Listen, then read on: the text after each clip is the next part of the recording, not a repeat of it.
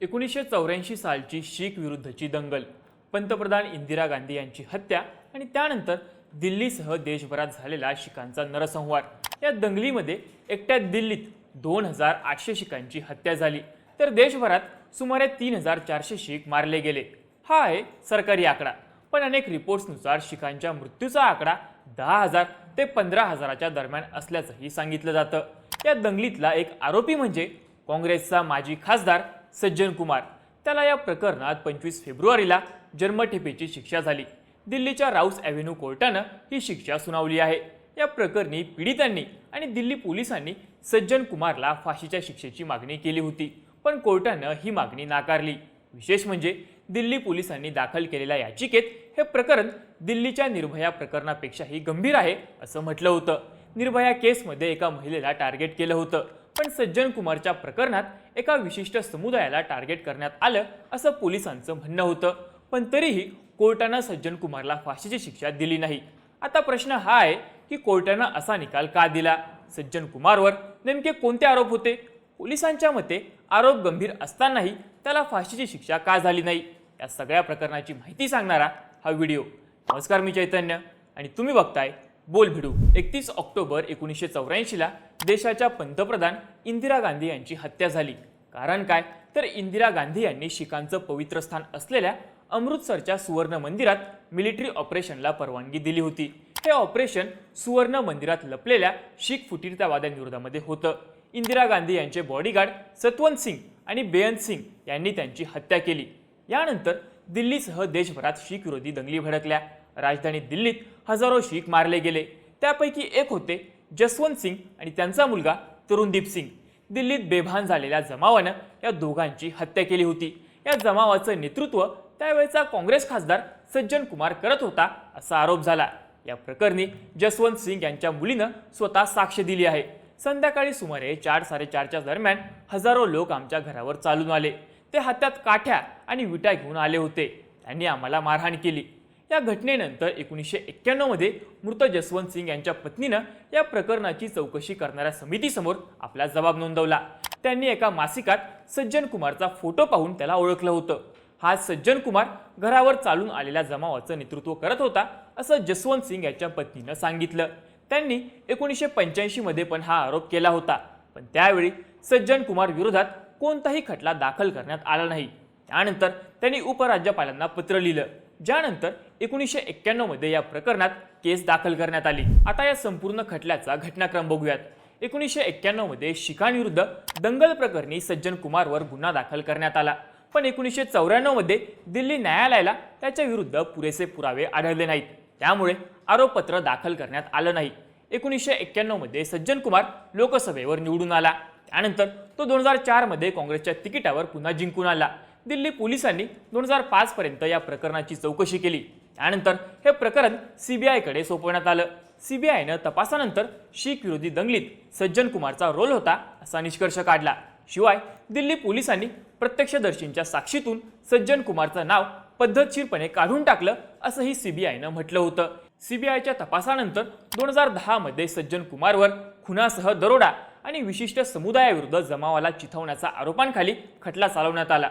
2012 मध्ये सीबीआयच्या वकिलांनी कोर्टात सांगितलं की दिल्लीतल्या शीख विरोधी दंगलींना सज्जन कुमारचं संरक्षण होतं।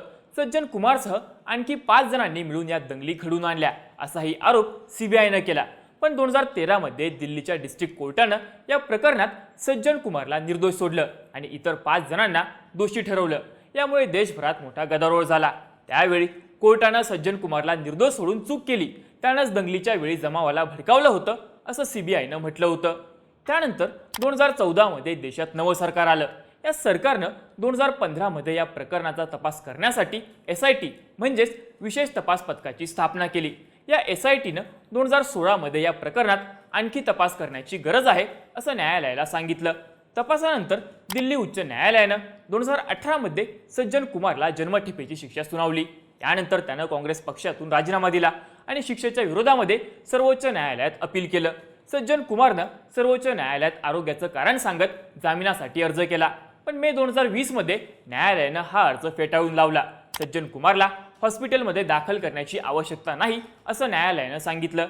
4 महिन्यानंतर या प्रकरणाची पुन्हा सुनावणी झाली तेव्हाही न्यायालयानं हेच कारण देत सज्जन कुमारचा जामीन अर्ज फेटाळला। अखेर एप्रिल 2021 मध्ये सज्जन कुमारला अटक झाली। एप्रिल 2022 मध्ये सीबीआयच्या विशेष न्यायालयानं शीख विरोधी दंगलीतल्या एका प्रकरणात सज्जन कुमारला जामीन मंजूर केला, पण दंगलीशी संबंधित दुसऱ्या प्रकरणात शिक्षा झाल्यामुळे तो जेलमध्येच राहिला। 31 जानेवारी 2024 ला सज्जन कुमारवरच्या आरोपांवर अंतिम युक्तिवाद झाला। अखेर न्यायालयानं 12 फेब्रुवारी 2025 ला सज्जन कुमारला दोषी ठरवलं। 25 फेब्रुवारीला त्याला शिखांविरुद्ध दंगलीतला सहभाग, शिवाय जसवंत सिंग आणि त्यांचा मुलगा तरुणदीप सिंग यांच्या हत्येला चिथावणी दिल्याप्रकरणी न्यायालयानं जन्मठेपेची शिक्षा सुनावली। आता प्रश्न हा आहे की सज्जन कुमारला या प्रकरणात फाशीची शिक्षा का झाली नाही? या प्रकरणात न्यायालय काय म्हणालं ते बघू। सज्जन कुमारला फाशीची शिक्षा झाली नाही यासाठी न्यायालयानं 2 कारणं सांगितली आहेत। सरकारी वकिलांनी हे प्रकरण रेअरेस्ट ऑफ रेअर आहे असा दावा केला होता, पण जज कावेरी बावेजा यांनी हा युक्तिवाद नाकारला। त्या म्हणाल्या की 2 निष्पाप व्यक्तींची हत्या करणं नक्कीच गंभीर गुन्हा आहे, पण न्यायालयाच्या मते ही रेअरेस्ट ऑफ रेअर केस नाही, त्यामुळे गुन्हेगाराला मृत्यूदंडाची शिक्षा देणं योग्य नाही। न्यायालयानं सज्जन कुमारला फाशीची शिक्षा न देण्याचं आणखी एक कारण सांगितलं, ते म्हणजे त्याची प्रकृती। जेल अधिकाऱ्यांनी दिलेल्या रिपोर्टनुसार सज्जन कुमार आजारपणामुळे त्याची रोजची कामं व्यवस्थित करू शकत नाही। तो दिल्लीच्या सफदरगंज हॉस्पिटलमध्ये मेडिसिन, यूरोलॉजी आणि न्यूरोलॉजी विभागामध्ये उपचार घेत होता। त्याला अँटी डिप्रेसंट आणि झोपेच्या गोळ्यांची शिफारस करण्यात आली आहे, पण त्याच्यात मानसिक आजाराची लक्षणं आढळली नाहीत किंवा त्याला मानसिक उपचारांची गरज नाही असंही न्यायालयानं सांगितलं। रिपोर्टनुसार जेलमधलं सज्जन कुमारचं वर्तन समाधानकारक आहे, त्यामुळं त्याचं 80 वर्षांचं वय आणि आजारपण बघता मृत्यूदंडाऐवजी जन्मठेपेची शिक्षा सुनावण्यात आली असं न्यायालयानं म्हटलंय।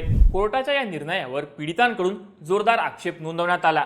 या निकालानंतर दिल्ली शीख गुरुद्वारा व्यवस्थापन समितीच्या अधिकाऱ्यांनी कोर्टाबाहेर सज्जन कुमार विरुद्ध घोषणाबाजी सुरू केली।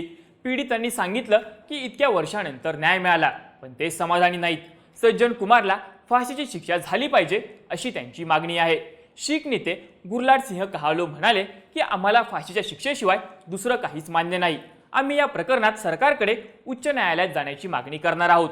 भाजपचे राष्ट्रीय प्रवक्ते आणि शीख नेते RP सिंग यांनीही या प्रकरणात सज्जन कुमारला मृत्यूदंडाची शिक्षा व्हावी यासाठी उच्च न्यायालयात अपील करण्याचे आदेश सीबीआयला द्यावे अशी मागणी सरकारकडे केली आहे। एकूणच काय तर दिल्लीतल्या शीख विरोधी दंगली प्रकरणात 41 वर्षानंतर निकाल सुनावण्यात आला, पण मुख्य आरोपीला फाशीची शिक्षा न झाल्यानं पीडित पक्ष नाराज आहे। आता ते या प्रकरणामध्ये पुढे काय भूमिका घेतात हे पाहणं महत्त्वाचं असेल। या सगळ्या प्रकरणाबाबत तुम्हाला काय वाटतं? तुमच्या प्रतिक्रिया आम्हाला कमेंट करून नक्की सांगा आणि असेच माहितीपूर्ण व्हिडिओज बघण्यासाठी बोल्ड भिडूच्या YouTube चॅनलला नक्की सबस्क्राईब करा।